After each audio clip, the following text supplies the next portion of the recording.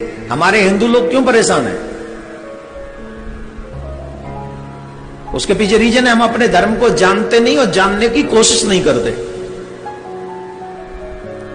हमारे मुसलमानों को देखो जाके, हर एक बच्चे को बचपन में ही मदरसे में ही वो पूरी कुरान पढ़ा देते हैं, और हमारे बच्चे एक हनुमान चालीसा का पाठ करने के लिए रोते हैं। क्यों? क्योंकि माँ बाप ने उनको सिखाने की कोशिश ही नहीं की। माँ बाप खुद नहीं जानते, खुद माँ बाप पढ़े। जवां मर्दा हक गोई व बेबा की, आईन जवां मर्दा हक गोई व बेबा की, अल्लाह के शेरों को आती नहीं रूबाही। अगला सवाल माइक नंबर 2 से। वहाँ पर अगर कोई गैर मुस्लिम भाई मौजूद हैं तो अपना सवाल कर सकते हैं माइक नंबर 2 से। डॉक्टर साहब को मेरा एवं सभी मोमिनों को मेरा सत सत नमन। पीने का क्या मज़ा है जो छुप छुप के पी गई, इस्लाम नाम जाम की है इसे सबको दिखा के पी। पीते हैं लोग अक्सर बोतल की ये शराब। ऐसा है डॉक्टर साहब, मैं अपने आप से बोल रहा हूँ, मैं अपने आप से बोल रहा हूँ। पीते हैं लोग अक्सर बोतल की ये शराब, हबसो हुबसो की आग को दिल से बुझा के पी। इसीलिए मैं आपके प्यार में और आपके प्यार ने कहीं हमारी जन्मभूमि समस्तीपुर डिस्ट्रिक्ट के दलसिंह सराय प्रखंड में एक छोटा सा पार पंचायत है, उस पंचायत का मैं निवासी, मेरा नाम जानकी दास, उतना दूरी से खींच लाया। धन है यह किशनगंज की धरती, और मैं अपने मर्जी से सच्चे मन से इस्लाम धर्म कबूल करूंगा।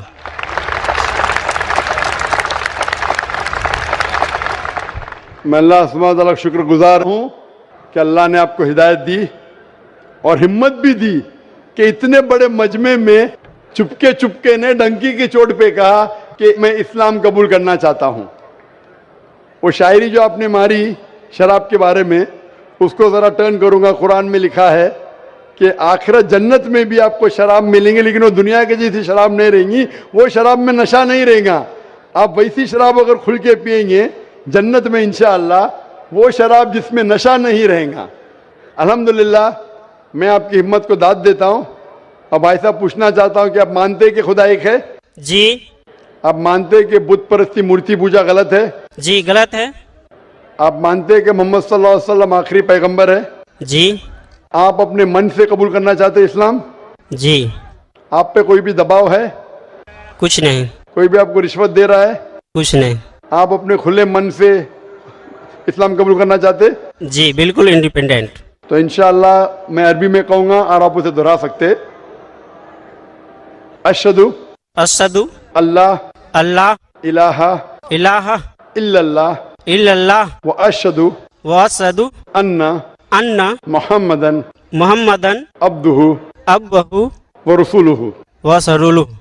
मैं शहादत देता हूँ कि अल्लाह के अलावा कोई माबूद नहीं और मोहम्मद सल्लल्लाहु अलैहि वसल्लम उसके पैगंबर और बंदे हैं।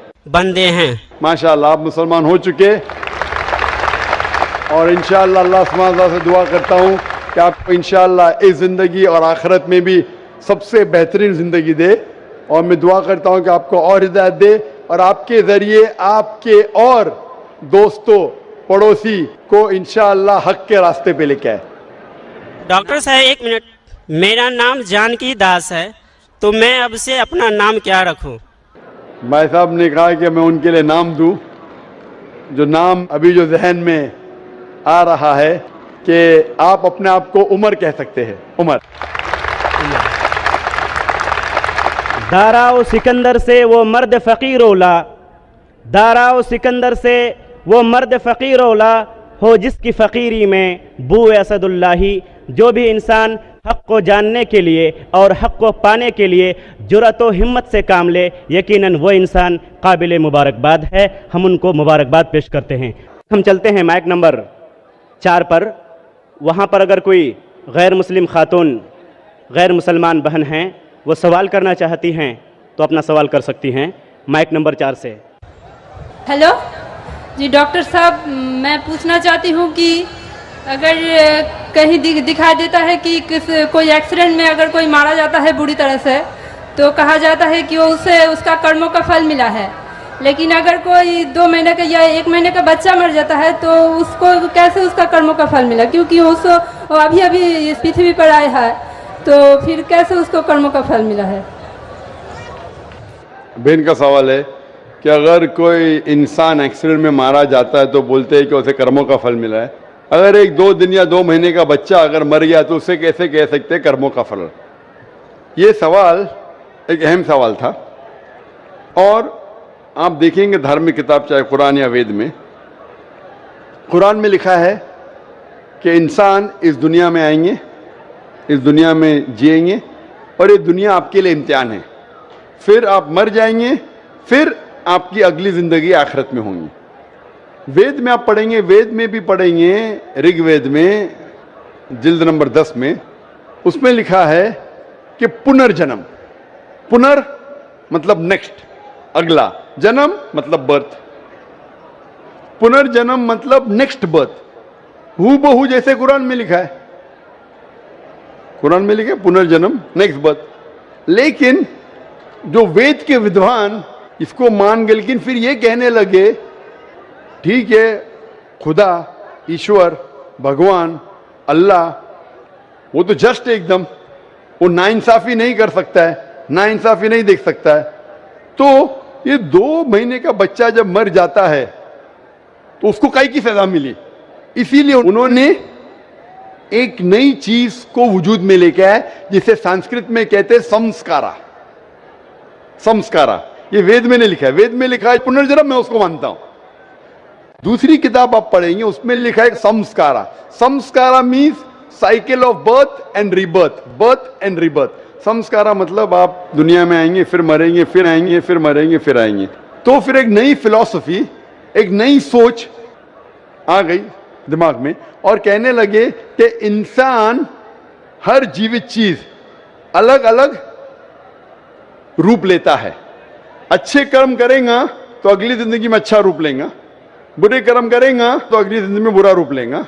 सबसे अच्छा रूप है इंसान का, और इंसान बनेंगे 7 बार। बुरे कर्म करेंगे तो बन जाएंगे भेड़, बकरी, अच्छे कर्म करेंगे तो बन जाएंगे इंसान। और अगर कोई इंसान 2 साल का बच्चा मर जाता है, उसने पहले जन्म में कुछ गलती किया है, यह संस्कारा है जो वेद में कहा नहीं लिखा है, ये पंडितों ने अपने आप सोचा और लोगों से कहा। इसीलिए आज आम हिंदू संस्कारा में मानता है पुनर्जन्म। पुनर्जन्म में मैं भी मानता हूं, पुनर्जन्म मतलब पुनर् मतलब नेक्स्ट, जन्म मतलब जिंदगी, मैं भी मानता हूं, कुरान में लिखा है। लेकिन पुनर्जन्म का ये नहीं मौत जिंदगी, मौत जिंदगी, पुनर्जन्म नेक्स्ट जिंदगी, मैं मानता हूं उसमें, कुरान में भी लिखा है। लेकिन ये पुनर्जन्म को ऐसा रंग दिया गया है कि आप दुनिया में आते, फिर मरेंगे, फिर आएंगे, फिर मरेंगे, फिर आएंगे। तो 2 साल का बच्चा मर गया, उसकी क्या गलती थी? तो ये लोग सोच नहीं पाए, लेकिन इसका जवाब कुरान में है कि 2 साल के बच्चे ने क्या गलती की, क्या गलती की, क्या नहीं की, उसके ऊपर कुरान मजीद में लिखा है। अल्लाह ताला फरमाते सूरह मुल्क में, सूरह नंबर 67 आयत नंबर 2 में, अल्लज़ी खलक़ल मौत वल हयाता, कि अल्लाह सुब्हानहू व तआला ने मौत और जिंदगी बनाई ताकि आप लोग को परख सके आप में से अच्छा अमल कौन करता है। तो ये जिंदगी हमारे लिए एक इम्तिहान है और इम्तिहान के उसूल दिए गए हैं। और अल्लाह सुब्हानहू व तआला हर इंसान को अलग अलग तरीके से जांचता है। एग्जामिनेशन पेपर हर साल बदलता है क्या? नहीं बदलता है ना। अगर एग्जामिनेशन पेपर कठिन है, क्वेश्चन पेपर, तो उसका जो करेक्शन है वो एग्जामिनर आसान करता है। अगर एग्जामिनेशन पेपर आसान है तो करेक्शन कठिन होता है। तो इसी तरीके से कुछ लोग को अल्लाह ने गरीब बनाया, कुछ लोग को अमीर बनाया, कुछ लोग को सेहतमंद बनाया, कुछ लोग को बीमार बनाया। किधर भी नहीं लिखा है कुरान में कि गरीब इंसान अच्छा है कि अमीर इंसान अच्छा, या सेहतमंद जन्नत में जाएगा या बीमार जन्नत में जाएगा। अल्लाह ताला जांचना चाहता है कि अगर मैं इसको अमीर बनाया तो कुरान का उसूल है उसको ज़कात देना चाहिए। 2.5% अपने निसाब से ज्यादा जितना पैसा उसके पास है, 85 ग्राम सोना से ज्यादा पैसा है, 2.5% उसको हर साल, हर कमरी साल उसको देना चाहिए ज़कात में। अमीर तो बन गया, वो गरीब आदमी को 0 देने का। तो ज़कात के सवाल जवाब में उस गरीब इंसान को 100 में से 100 मार्क्स, वो अमीर इंसान शायद देगा ही नहीं तो 0 मिल गया, बेचारा फेल हो जाएगा। या हो सकता है कि आधा देता है तो कम मार्क्स मिलेंगे। तो यहां हम बोलते गरीब इंसान, अरे बेचारा, बेचारा क्या, उसको 100 में से 100 मार्क्स मिल गए, ज़कात में उसको 100% मार्क्स, वो अमीर इंसान के लिए इम्तिहान है। इसीलिए अल्लाह के रसूल फरमाते कि गरीब इंसान को जन्नत जाना और आसान है बनिस्बत अमीर को। और जितने साहबा जो अमीर थे उनसे पूछताछ ज्यादा होंगी। साहबा थे, अल्लाह के रसूल के करीब थे, फिर भी उनकी पूछताछ ज्यादा हुई। अल्लाह ने पैसे दिए, क्या किया उसका तुमने? आप समझ रहे ना? तो इसीलिए अल्लाह ताला डिफरेंट लोग को डिफरेंट तरीके से टेस्ट करता है। कुछ आदमी को अच्छी सेहत देता है, कुछ आदमी को बीमार बनाता है। अभी एक इंसान है जो शादी करता है, दोनों मियाँ बीवी अल्लाह को मानते हैं, अच्छे काम करते, उनका बच्चा पैदा होता है विद कंजेनाइटल हार्ट डिजीज, दिल की बीमारी से पैदा होता है। अभी वो बच्चा पैदा हुआ, 2 दिन का बच्चा है, उसको दिल की बीमारी क्यों? अल्लाह ताला टेस्ट कर रहा है उसके माँ बाप को। कुरान की आयत है कि तुम्हारे बच्चे, तुम्हारी दौलत तुम्हारे लिए इम्तिहान है, एक फितना है। फितना अरबी में मानिए इम्तिहान, उर्दू में फितना के 2 मानी होते हैं, एक होता है फितना, एक होता है इम्तिहान। तो कुरान मजीद में फितना जब कहा गया वो इम्तिहान है। आपके बच्चे, आपकी दौलत आपके लिए इम्तिहान है। ज्यादा दौलत है तो खैरात में देना चाहिए, बच्चे है तो आपके लिए इम्तिहान है। तो अल्लाह ताला टेस्ट करना चाहते उन मियाँ बीवी को कि अगर मैं उनके लिए ऐसा बच्चा पैदा करूं जिसको हार्ट डिजीज है, फिर भी वो मेरे पे ईमान लाते क्या नहीं? जितनी कठिन इम्तिहान उतनी डिग्री ऊंची। आप बीए के लिए अपेयर होंगे तो आपको सिंपल ग्रेजुएशन बीए मिलता है। अगर एमबीबीएस के लिए अपेयर होते, जैसा पास होता है आपके नाम के आगे लगता है डॉक्टर, बट एमबीबीएस एग्जाम पास करना बीए से बहुत कठिन है। मैं भी एमबीबीएस पास किया, छोड़ दिया, लेकिन क्योंकि मैं डॉक्टर से और अच्छे मैदान में आ गया, दावत के मैदान में आ गया। वो जो कह रही है बहन कि वो 2 साल के बच्चे की क्या गलती, क्या उम्र गया? कभी भी कुछ भी परेशानी किसी इंसान को आती है तो 2 चीज हो सकती है।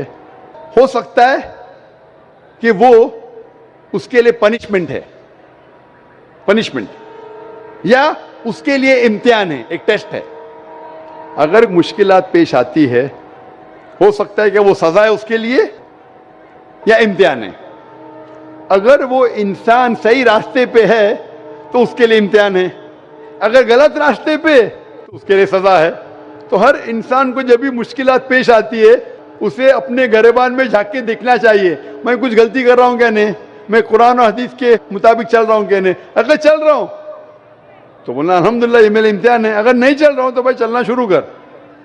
उसी तरीके से कुछ भी अच्छी चीज जिंदगी में होती वो 2 हो सकता है, इधर ये रिवॉर्ड है, रिवॉर्ड, या आपके लिए टेस्ट है। हो सकता है कि आपके लिए कोई इनाम है या आपके लिए इम्तिहान है। तो ये जो टेस्ट होता है, एक इंसान कार एक्सीडेंट में मर जाता है तो अल्लाह ताला बोलता है ये इंसान का टेस्ट है 40 साल के लिए। 40 साल जो पूरा हो जाता है उसका टेस्ट खत्म, घंटी बज जाती, वो एक्सीडेंट में मर गया। वो बच्चे का इम्तिहान 2 साल के लिए था, वो बच्चा मासूम है, कुछ गलती नहीं की, जन्नत में जाएगा। टेस्ट था उसके वालिदैन के लिए, उसके माँ बाप के लिए, कि माँ बाप जब 2 साल का बच्चा मरता है फिर भी अल्लाह पे यकीन रखते क्या नहीं, तो वो बच्चा अगर कोई गुनाह नहीं करता वो डायरेक्ट जाता है जन्नत में। वो माँ बाप का टेस्ट है कि वो बच्चा मरने के बाद फिर भी अल्लाह पे यकीन रखते हैं क्या नहीं, तो वो उनके लिए इम्तिहान है। किधर भी नहीं लिखा है कुरान या हदीस में कि अगर वो बच्चा 2 साल का है कि उसके लिए सजा है। वो सजा किधर है? उसका इम्तिहान खत्म हो गया, 2 साल तक इम्तिहान था, टेस्ट पेपर खत्म। और हर बच्चा जब पैदा होता है वो मासूम होता है। बच्चा अगर मरा तो इंशाअल्लाह वो जन्नत में जाएगा। बड़े होने के बाद जब अल्लाह आपको ज़हन देता है, आपको सोचने की कुव्वत देता है, आप डिसीजन खुद ले सकते हैं, फिर अगर आप गलती किए तो आप जिम्मेदार है, अगर अच्छे काम किए तो आप जिम्मेदार है। इसीलिए जब आप बालिग होते हैं तो फिर आप पे जिम्मेदारी होती है कि आप अल्लाह सुब्हाना व तआला, खुदा ईश्वर की बात पे अमल कर रहे हैं क्या नहीं। आज इतना बड़ा मजमा है माशाअल्लाह, लाखों लोग, 5 लाख 10 लाख कितने पता नहीं, लेकिन माशाअल्लाह हजारों की तादाद में गैर मुस्लिम भी है, हजारों की तादाद में गैर मुसलमान भी है। आपने मेरा पैगाम सुना, अभी आप जब घर जाएंगे तो आपसे पूछ भी होंगी ना ऊपर से कि आपने पैगाम सुना, अमल किया कि नहीं। अगर पैगाम सही नहीं लगा तो सवाल क्यों नहीं पूछे, अगर सही लगा तो अमल क्यों नहीं किए। तो उस तरीके से अल्लाह ताला इम्तिहान लेता है लोगों का। अगर पैगाम सुनने के बाद फिर भी आप अमल नहीं करे तो आखिरत में आप जवाब क्या देंगे? आप ये नहीं बोल सकते ना मुझे किसी ने नहीं कहा। वो था एक जाकिर आदमी जो था, मुंबई से आया था, उसने तो कहा, तो आपने क्यों नहीं उसके ऊपर अमल किया? अगर उसका पैगाम गलत था तो क्यों नहीं उसे पूछा? तो मैं मेरा पैगाम पहुंचाने के अलावा आपको मौका देता हूं भाई पूछने के लिए, आप पूछ सकते। तो मेरी जिम्मेदारी पूरी। फज़क्किर न मन मुज़क्किर, अल्लाह ताला कहते हैं कि रसूल से, चैप्टर नंबर 88 सूरह गाशिया में वर्स नंबर 21-22, फज़क्किर न मन मुज़क्किर, आपका काम है पैगाम पहुंचाना, हिदायत देना अल्लाह के हाथ में। तो मैं सिर्फ पैगाम पहुंचा रहा हूं। तो उस बच्चे की कोई गलती नहीं, ना उसने कुछ गुनाह किया, वो टेस्ट है, इम्तिहान है उसके वालिदैन के लिए। जिस तरीके से कुरान में कहा गया है कि आपके बच्चे, आपकी दौलत आपके लिए इम्तिहान है। खूब ध्यान से क्वेश्चन। डॉक्टर साहब, मैं बंगाल से हूँ और मुर्शिदाबाद जिला से हूँ। मैं अपने मन से इस्लाम को कबूल करना चाहता हूँ।